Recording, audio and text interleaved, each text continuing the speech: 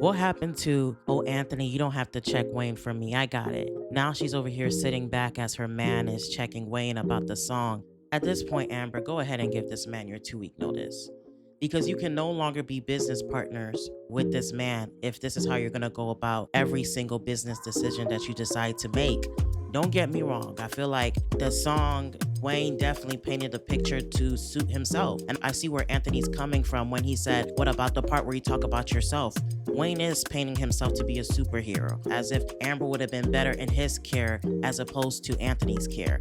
Although the song can be pointed to them, the only reason why she knows that it's about her is because Wayne said that she inspired him to create this song. So if it wasn't for the fact that he said that, they wouldn't have known, because this could relate to anybody else. Because Wayne has done a lot of women dirty, and a lot of women have went to other men that have also done them dirty, and maybe they're smiling again. I don't really listen to secular music like that, but they acted as if Wayne created an actual diss track, like how Tupac dissed Biggie. And we know that Tupac was specifically talking about Biggie. Even outside of the fact that he mentioned his name, from the beginning of the song, he's talking about something. That's why I effed your B, you fat mother. You know, everything that he's saying pointed to the fact that he was talking about Biggie. But here, though he was petty, he didn't even call out your name.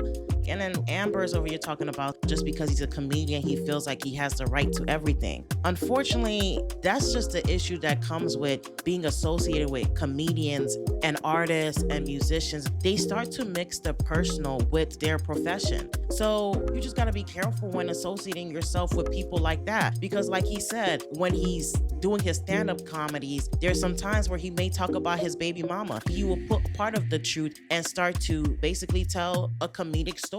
You being associated with a musician, you may mess around, and then one of these days the musician will drop a song, and here it is that in the intro of the song, the voicemail that you left that musician is now playing in the song. It's just the unfortunate truth when it comes to dealing with musicians.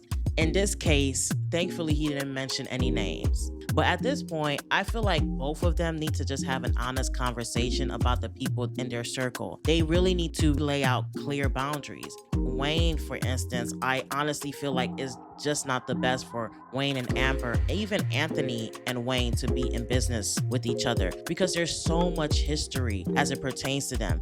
They also need to have that discussion as it pertains to Shayla. There needs to be some clear boundaries that is laid to her as well. Anthony has all this energy for Wayne talking about something. You don't think that's out of line? You could have just discussed it to me man to man.